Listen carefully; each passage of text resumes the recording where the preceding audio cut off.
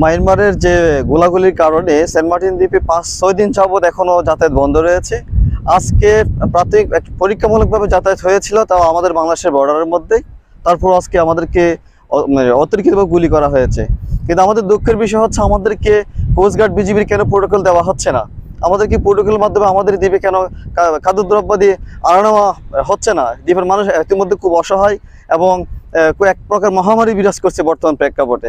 আমি কর্তৃপক্ষ বরাবর আহ্বান করবো অচিরে যাতে আমাদেরকে বিজিবি এবং কোস্টগার্ড প্রোটোকল দিয়ে আমাদের জীবনযাত্রা মান স্বাভাবিক করা হোক এবং খাদ্যদ্রব্য দিয়ে যাতে নিয়ে আসা হোক।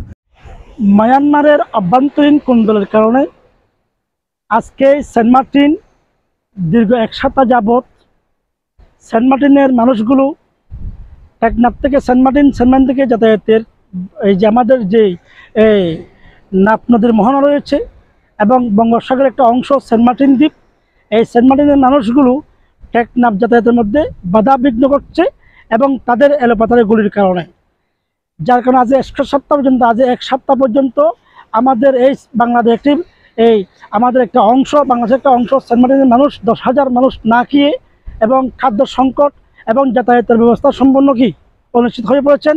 এবং সেন্ট মার্টিনে অন্তত এখন পর্যন্ত প্রায় ১,০০০ রোগী রয়েছে এবং আজকে চিকিৎসার অভাবে সেন্ট মার্টিনে প্রায় ২ জন রোগীও মারা গেছে।